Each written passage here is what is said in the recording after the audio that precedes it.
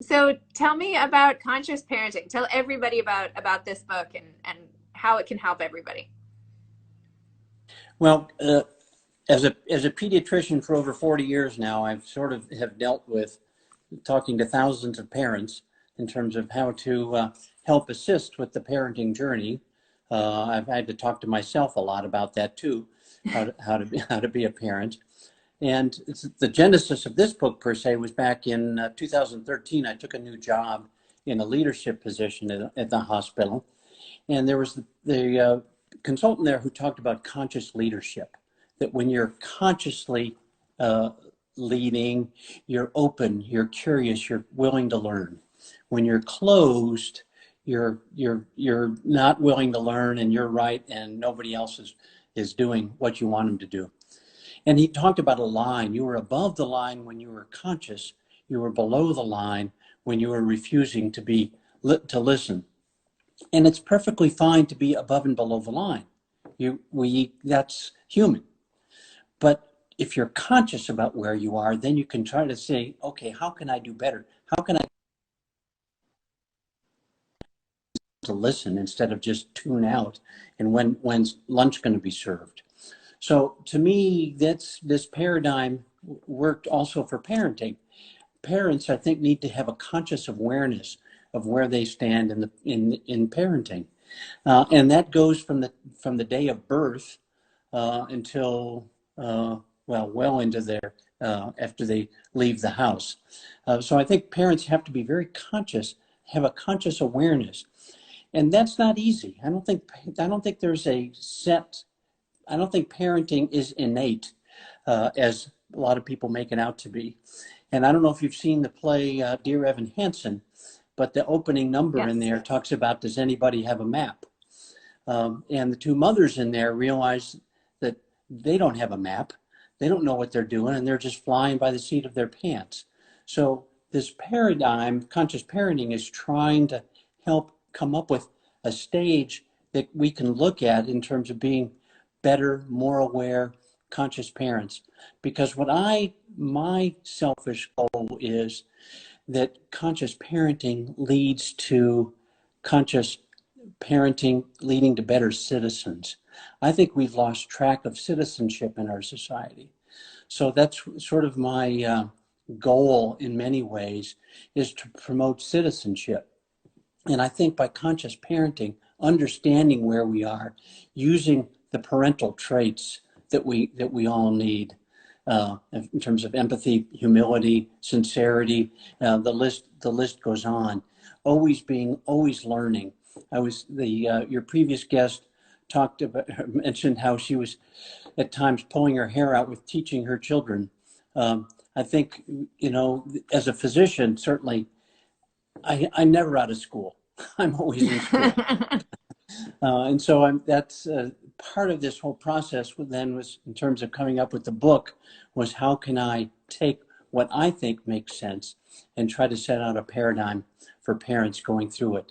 And one of the major things in the book is, one of the chapters I talk about, I have specific examples from dealing with a baby with colic, from dealing with a child, a 1-year-old that's throwing food on the floor, and and everything that goes on into the teen years. I mean, one easy example is that 1-year-old that's throwing food on the floor. That seems so simple, but we're all at different places every time. You might be at the end of the day. You might be very frazzled.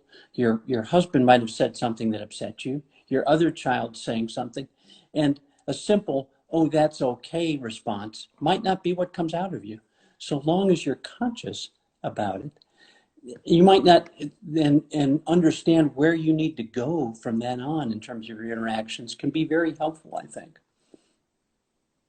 So that was a But what long-winded if, answer. no, that was great. That was fantastic. But what do you do if you're conscious, but you don't necessarily like the plate? Like, what if you know you're at the end of your rope and you're aware of that in the back of your head, but there's not really anything you can do about it, and you still have to parent full on every minute? What do you do then? I mean, like, what can you do? Well, I mean, I think you have to go forward with the best you can at the time. The whole point is, I think, is parenting is such a learning experience. I think when you get to, so later that night or later that weekend, when you can talk to yourself or you can talk to a trusted partner, you can say, look, this was the circumstances that led to this. I don't know that I didn't like what happened. How could I, going forward, how could I change that? And so so after the fact, you can be very conscious of what you did and how you can change. The whole point is always to improve. I mean, I am certainly don't hold myself up as the perfect parent. I have made many boo-boos along the way, and I'm sure I will continue to. But I'd like to think that I can, in retrospect, make that, oh my gosh, what could I have done better at the time? I use the example in the book of a mother picks up her child for school, goes by the drive-thru, and a couple miles down the road, the child says, "Mom, I spilled the drink." Well, your initial reaction is, "I told you not to do that. I told you to keep that, not to be very careful." What you really need to do is to pause, assess, and then choose. And that's the parental awareness threshold that I talk about in terms of conscious parenting. You still might be right. The child might have done something wrong. But in the book, I use the example that actually, because of the turn you made, the book bag shifted and knocked the drink over. So it wasn't the child's fault. So you need to pause, need to assess the situation, and then choose the appropriate response. You might choose the inappropriate response. So, I mean, and we've all done that. The trick is saying, okay, later, what could I have done differently to make a difference? And how could I have done that? How can I change my behavior next time so this won't be such a significant issue? You know that you can argue with your 4-year-old about eating vegetables. You know why they should eat vegetables, and they refuse. So you have to sort of pause. Okay, where are we going with this? How can I assess this, and how can we do better? Again, my whole point is how can I raise my child to be a better citizen? How can I raise my child to be empathetic, to care for others, to make a difference in the world? Because this is my 4th book that's sort of been a string of related activities. Well, it's great. It's so important. I mean, raising good citizens and then grow up. These good citizens are the people who grow up to be great leaders. And, Yeah. it's like a whole cycle. And it's true. It starts right from us and our decisions as parents, and we can help or we can hurt. So anyway, it's true. I feel like the theme of this whole Instagram Live today has been the fact that as parents and as children of parents ourselves, that there isn't a script and there isn't a map, and nobody really knows what they're doing most of the time.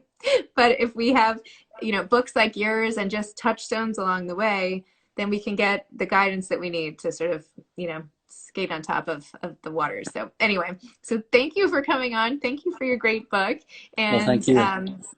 giving people, and it's such a good reminder that what we're doing is not just getting through each day, but it is in fact a loftier goal, which is raising good citizens, which as a parent makes me feel very good, and that what I'm doing matters. So thank you for that. And I'd hold up the book, but apparently that doesn't work. You can Oh, hold it no. up, Oh, even though it's you can see it? backwards. Yeah. Conscious Okay. parenting. Okay. Yes. Okay. Very good.